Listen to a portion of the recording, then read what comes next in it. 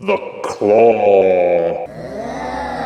Hello, my baby! Hello, my honey! Hello, my ragtime gal! Sonny, you kissed my wife! Baby, my heart's on fire! The War for Cybertron Siege line delivers more figures, including the only Titan figure in the line so far. It's Omega Supreme! Like anyone was really surprised at the choice. Omega Supreme came out fairly early in the Generation 1 line and was the first motorized Transformer with slow, shuffling action. He wasn't introduced into the cartoon until Season 2, and even then was not much of a presence in the show, mostly because of the Superman factor. After all, when you have a character who's supposedly so powerful that nobody can beat them, then there's no element of risk to give the story any interest. Hence, Omega's appearances were few and far between, and usually riddled with outlandish happenstances, which rendered him a non-entity to the plot.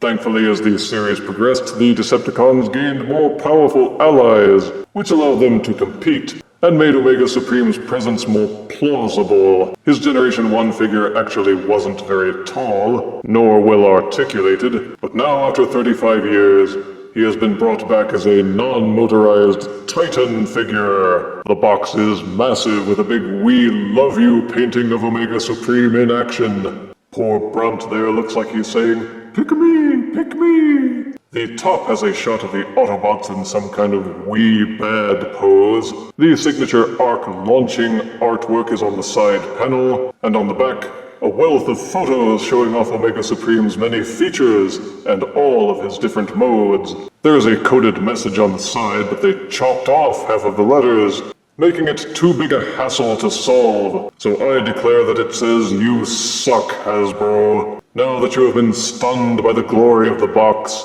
let us empty the box and review the glories within. Out of box, Titan Omega Supreme comes with his instruction booklet, and with 7 Fireblast accessories to plug into his body. A Micromaster-sized figure called Countdown, a big huge tank figure, and a big huge rocket ship. The back of Omega Supreme's head in robot mode has a little tank barrel thing which they have dubbed the HM Laser Cannon, which has 20 muscles, 20 targeting scopes, and 18 mouse pointers. There is the 300 TT Crusher Claw, with 18 muscles, 20 targeting scopes, and 19 mouse pointers. And leave us not forget the RT-50M2 Plasma Blaster, with 20 muscles, 18 targeting scopes, and 19 mouse pointers. And this is Omega Supreme in his alt mode, well, it's not a city. It's more like a rocket launching base, I guess. There's a central control tower, a raised circular track, a really tall rocket ship, the big chunky tank, and little Countdown.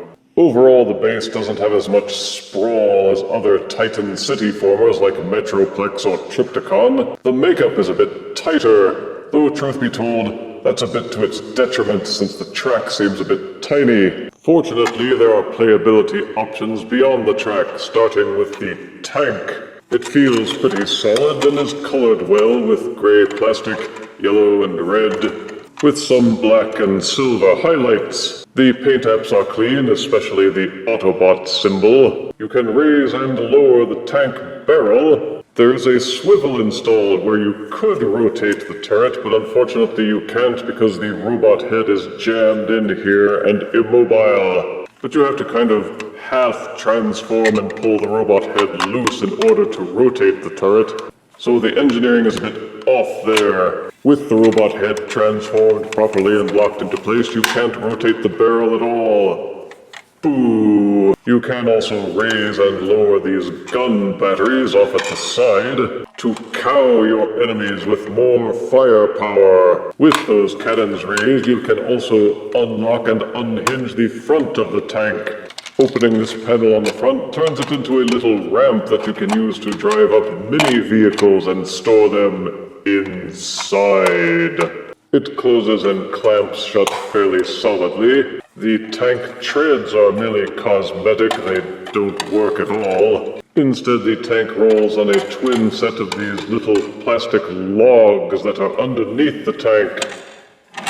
On smooth surfaces, it works fairly well, but Vector Sigma help you if you need to travel across an uneven surface with it. But the tank is large and heavy with lots of detail, and seems to have both the size and heft of a leader class figure. There are ports and pegs scattered all over the tank for plugging in the included Fireblast accessories, so you can make him look like he's busted out all over. You may have to do some hunting to find them all, or look at the instructions and it will give you some clues. Regarding the Fireblast accessories, unlike most other Fireblast accessories in the Siege line, which are one solid color, these are painted to give the impression of a smoky blast.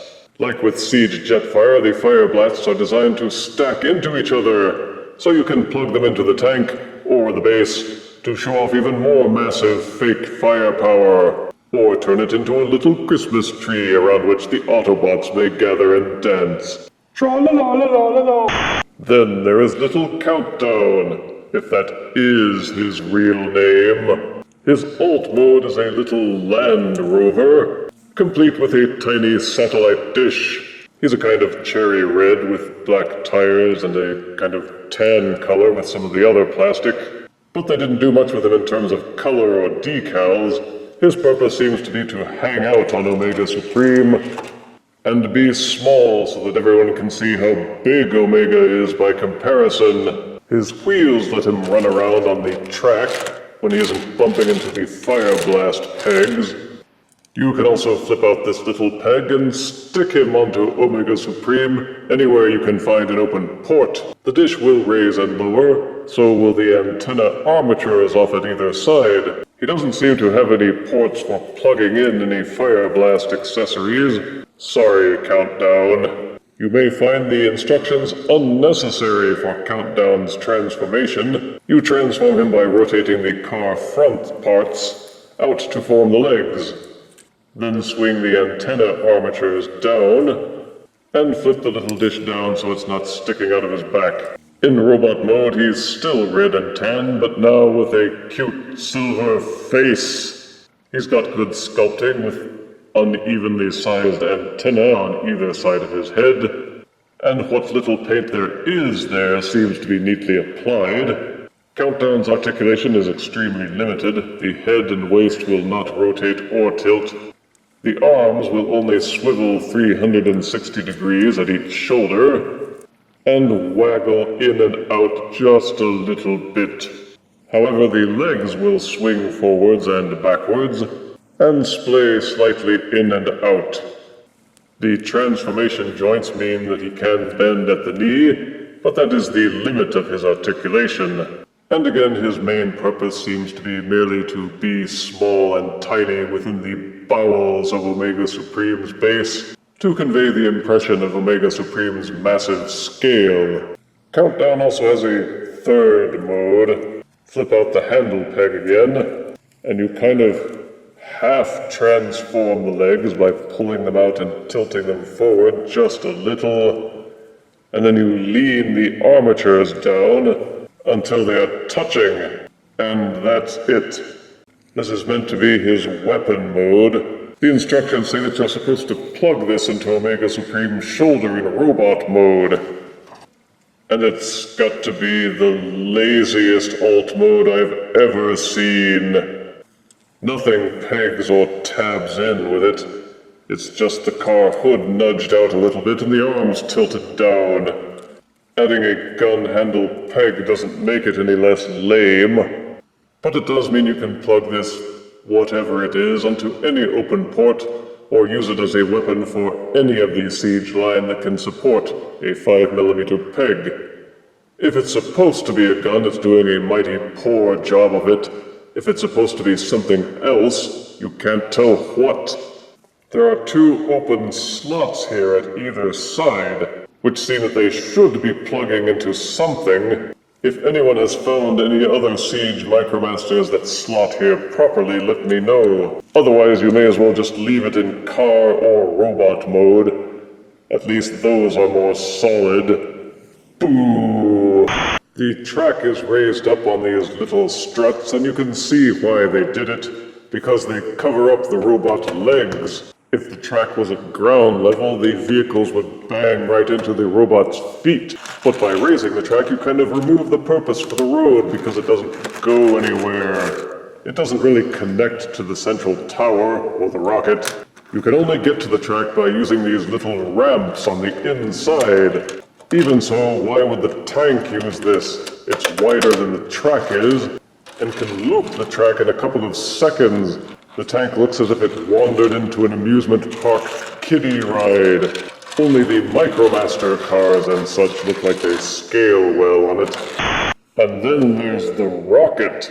It's quite tall, extending almost 2 feet. Or taller, depending on how you rotate the little fin thingies at the base. It's also well detailed, matching the colors of the rest of the figure, with gray, orange, and silver being the dominant colors. There's lots of sculpted detailing and some scorch marks artfully painted onto the exterior. For features, each of these fins is double hinged and can be adjusted any way you like. They seem to support the weight of the rocket just fine. But if you splay them out all the way, this little nub at the bottom will touch the ground before the fins and make it a little more wobbly. Up near the nose cone, there are a pair of openable hatches, revealing a small cavity into which you may insert any Micromaster, Battlemaster, Prime Master, or even Legend-size figures that you can squeeze in there. Close the panels, and he is entombed within. And like the tank, the rocket is encrusted with Battlemaster ports into which you may insert any Fireblast accessory, or Battlemaster, or Micromaster, even the base of the fins, so you can make it look like it's zooming off under fake propulsion. The rocket is supposed to nestle into the track interior of the base, but the fins will bump a lot into the Omega Supreme parts. Mighty poor planning. As to the base itself overall, it's decent enough. The track does conceal the legs in a superficial way, and the ramps do give it a sense of impractical utility. You can jam Battlemasters, Prime Masters, and all kinds of accessories all over the place if you don't mind hunting for all the compatible ports and mini-pegs. You can swivel these yellow thingies up and down to reveal missile ports, or use them as landing pads for the smaller jet Micromasters. You can swivel this thing up and down, but why? You can stuff the track with as many small-scale figures as you think will fit into a really short race. There are also these little flip-out tabs on the side which don't plug into anything. These are very obviously made to be connecting ports for the upcoming War for Cybertron Earthrise line. The hollow cavity here can serve as an imaginary garage or engineering bay. You can even squeeze in a Voyager-sized figure. These yellow pads on the sides of the legs, tracks, will hinge open and can also be used to stash smaller figures like Legends and Micromasters. Those are the main features. Of course, there are many ways to customize Omega Supreme, which can be calculated by taking the number of Battlemaster ports, multiplying that by the number of different accessories which exist, and multiplying that by the number of ways to use them. Math is hard. So Omega Supreme makes no sacrifices in terms of playability in his rocket base mode. He has 2 built-in vehicles, and a location in which they can scoot around to their contentment. Transforming Omega Supreme involves some parts forming, but the Siege line is well known for it. First set aside little countdown, and the rocket, and the tank. First you must pop the tracks loose from the legs. There are these little hinges here where they insert. They pull apart fairly easily. Once the track has been separated from the legs, flip it over, fold down the struts that hold it up, then fold the entire track in half again, so that it forms this little quarter circle. Each half has tabs and grooves that peg together and hold it in place. Turn the base around and repeat the process for the other side. Popping them loose is easier if you tilt the track upwards a little. They will separate from the legs easily. These will later form Omega Supreme's winged wings. Take the base, you can see the legs very plainly here, and rotate the knee so that the leg is straight. Same for both sides. These little car ramps now lie down. On the other side of the leg there is this slot and groove combo which peg together and fill up the leg gaps. Then you bend the legs down with some very heavily ratcheted joints. Ooh, was that me? Flip this section up and rotate the waist 180 degrees. Turn the body around 180 degrees, and you have Omega Supreme's body. The tank fills in Omega Supreme's empty heart by transforming. Lift up the gun armatures, untab and accordion back the head section. When opening up this hatch at the front, it's best to have one finger braced under each of these little flaps, and dig your thumbs into the crack at the front. Then it will lever open. The entire tank then folds in half. Rotate the treads on this hinge until they are folded completely upside down. You will see this slot here. These tiny little teeth peg into it. You will hear a satisfying click when they clamp together. You may now rotate the tank barrel properly. Then rotate the entire assembly so that it's upside down, and lay it inside the ramp section where the cars normally park in tank mode. Reclose the ramp until it clicks into place. The gun armatures now fold in half. This here is the tricky part. Hinge this section backwards, then rotate the gun armatures until the gun barrel is fitted into this hold here at the side.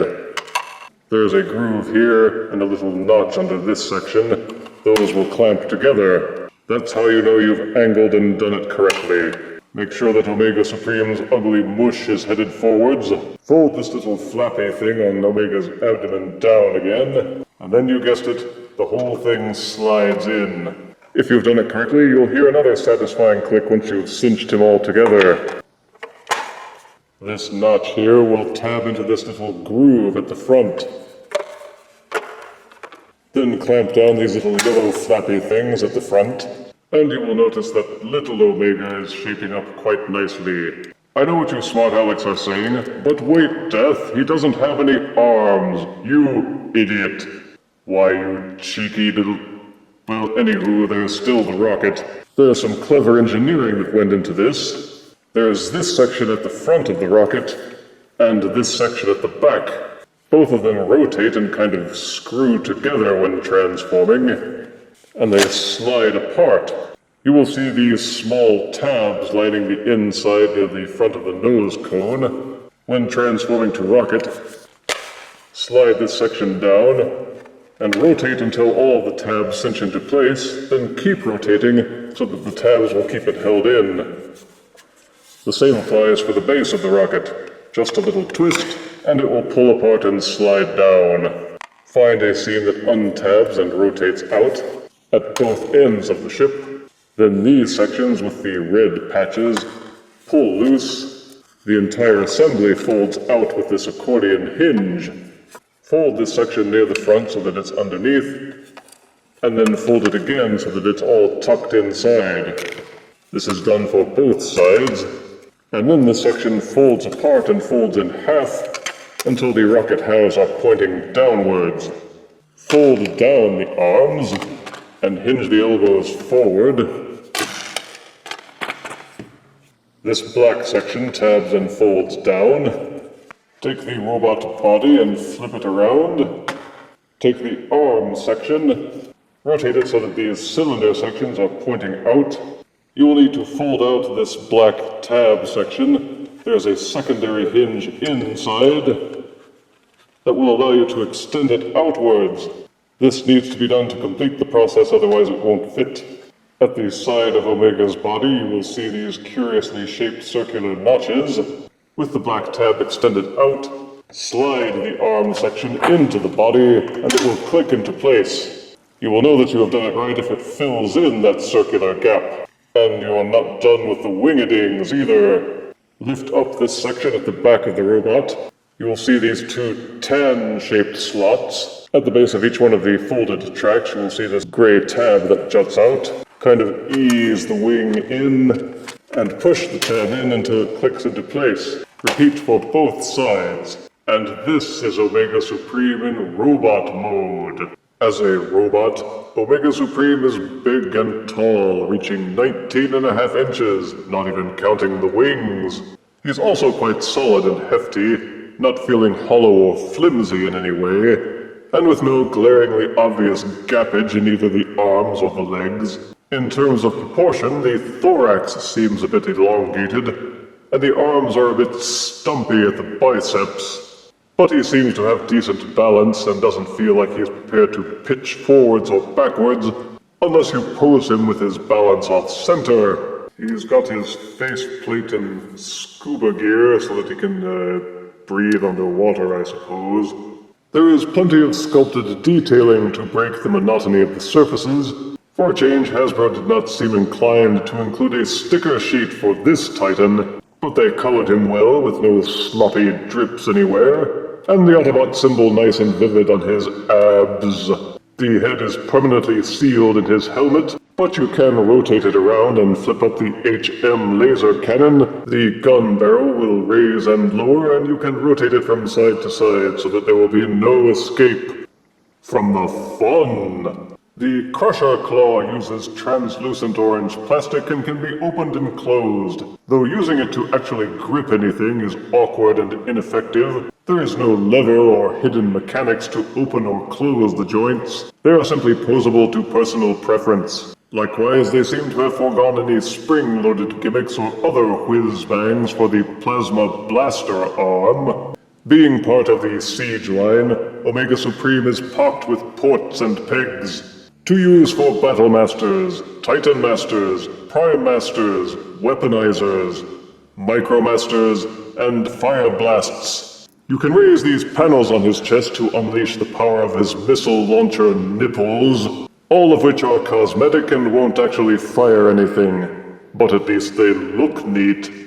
Omega Supreme has strong articulation for a Titan-sized figure. The head will rotate 360 degrees and nod back and forth slightly, not to mention the tank barrel thingy. Each shoulder is heavily ratcheted and will rotate 360 degrees. They have a secondary hinge built in so that you may splay the arms outwards.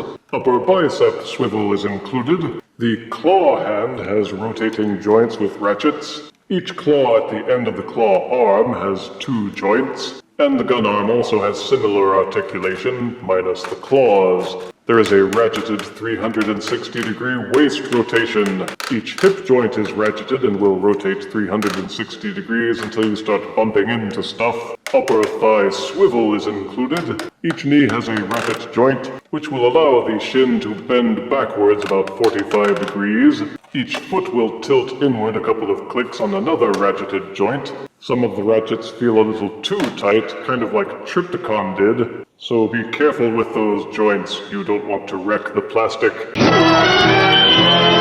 For size comparison, here is Siege Titan Omega Supreme next to Mega Action Series Megatron. Here is Siege Titan Omega Supreme next to Legends Universe Cosmos. He's right there. And here is Siege Titan Omega Supreme next to my Ghostbuster Ecto Goggles. Omega Supreme was a remake for which many collectors have been waiting a long time. The original Generation 1 Omega Supreme was fondly remembered for its size and battery-powered walking ability. It was a precursor for the city formers like Metroplex who came later on, and while the Siege remake has no electronics or mechanical motion, it's certainly a worthy addition for anyone who just can't get enough of them Titans. Positives are high detailing, a huge array of Battlemaster ports and compatibility, an easy but effective transformation that you won't have to wrestle with over much, a decent base mode with several vehicles for play value, and which holds up well under use. a large, solid, and well-articulated robot mode, which is fun to use with the included Fireblast accessories. Negatives are that the track is proportionally rather small. The Countdown Micromaster figure is a bit simplistic, with an utterly lame weapon mode. The tank mode is a bit large for the track. The base mode doesn't seem to proportion well with anything but Micromaster-sized figures. They could stand to have added some more detailing with the paint, and the lack of a sticker sheet will probably disappoint some collectors. But as far as Titan-sized figures go, Omega Supreme is all original, unlike that lame Fortress Maximus. And if you're building a Transformers City playset out of your Titan figures, then you'll want this one for your collection. I give War for Cybertron Siege Titan Omega Supreme 8 out of 10 deaths. Use him with Acid Storm, because as everyone knows, a powerful acid can be neutralized by an equally powerful base. If you refuse me, honey, you lose me, then you'll be left alone, oh baby, tell them all, and tell me I'm your own.